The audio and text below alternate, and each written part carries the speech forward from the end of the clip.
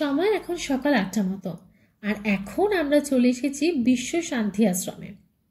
ঠান্ডাটা পড়েছে বেশ জাঁকিয়ে। এমনিতেও এখানে সারা বছরই ঠান্ডা, তবে লাস্ট কয়েকটা দিন ধরে ঠান্ডাটা পড়েছে আরও বেশি জাঁকিয়ে। বেশ কিছুদিন আগেও এখানে একবার এসেছিলাম। ভীষণই সুন্দর এই জায়গাটা, খুব শান্তিপূর্ণ একটি জায়গা। তাই আজ আমার জন্মদিনের সকালটায় এখানেই আসতে ইচ্ছে করলো। তাই সকালটা এসে হাজির হলাম। পার্কিংয়ে গাড়ি রেখে চলে এসেছি আশ্রমের ভিতরে। এখন আছি শ্রী প্রসন্ন দুর্গাদেবী মন্দিরে।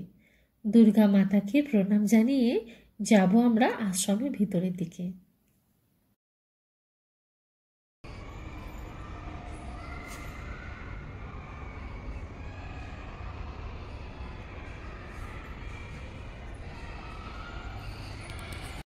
শ্রী লক্ষ্মী দেবীর মন্দিরের সামনে আছি। মন্দিরের চূড়াগুলির অভূতপূর্ব কাজ যা মনোমুগ্ধ করছে। এখানে লক্ষ্মী দেবীর কয়েকটি রূপেরও মূর্তি রয়েছে। আদি লক্ষ্মী, সন্তান লক্ষ্মী, গাজা লক্ষ্মী অ্যান্ড ধনলক্ষ্মী।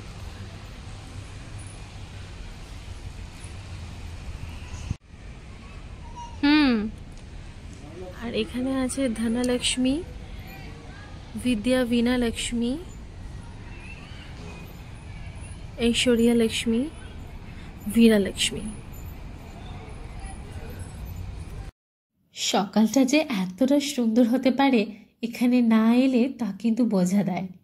চারিদিকে শুধুই গাছ, সাথে ভেসে আসছে সুন্দর মন্ত্রধ্বনি যা মনকে আরাম দেয়। এই হলো আশ্রমের প্রবেশদ্বার, অর্জুনের রথ। আর তাতে সারথি হয়ে উপবিষ্ট রয়েছেন মাধব। আর মাধব অর্জুনকে কিছু একটা পাঠ বোঝাচ্ছেন। চলুন যাই এবার আশ্রমের সেই দর্শনীয় স্থান যেখানে রয়েছে মন মাতানো একটি দৃশ্য, যেখানে এলে আর ফিরতে ইচ্ছা হয় না। এটি হলো বিশ্ব শান্তি আশ্রম। এই আশ্রমেই রয়েছে এই ভগবদ্গীতা দর্শন মন্দিরটি, যেখানে এলে দর্শন করা যায় মাধবের বিশ্বরূপ। আজ আপনাদেরকেও সেই বিশ্বরূপের দর্শন করাবো।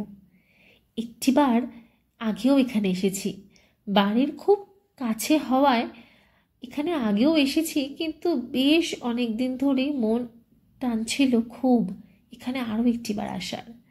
এখানে এলে এত শান্তি অনুভূত হয় যে কেউ না এলে সেটা বোঝাবার নয়। চলুন এখন আমরা দর্শন করে নিই মাধবের বিশ্বরূপ।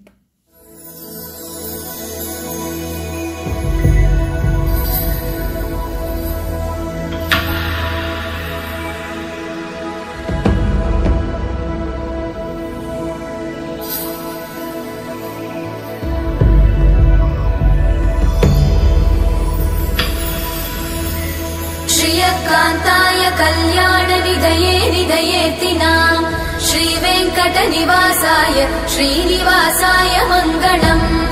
लक्ष्मी सविभ्रमालोक सुभ्रूविभ्रमचक्षुषे चक्षुषे सर्वलोकानां वेङ्कटेशाय मङ्गलम्। श्रीवेङ्कटाद्रिशृङ्गाग्रमङ्गलाभरणाङ्गये मङ्गलानां निवासाय श्रीनिवासाय मङ्गलम्। सर्वावयव सौन्दर्य सम्पदा सर्वचेतसां सदा सम्मोहनायास्तु वेङ्कटेशाय मङ्गलम्। नित्याय निरवध्याय सत्यानन्द चिदात्मने सर्वान्तरात्मने श्रीमद् वेङ्कटेशाय मङ्गलम्। स्वतः सर्वविदे सर्वशक्तये सर्वशेषिने सुलभाय सुशीलाय वेङ्कटेशाय मङ्गलम्। এটা হলো মন্দিরের ভিতর আলোর প্রবেশে প্রাকৃতিক একটি উপায় করা। দেবস্থানের ভিতরে কোথাও কোনো আলোর ব্যবস্থা করা নেই।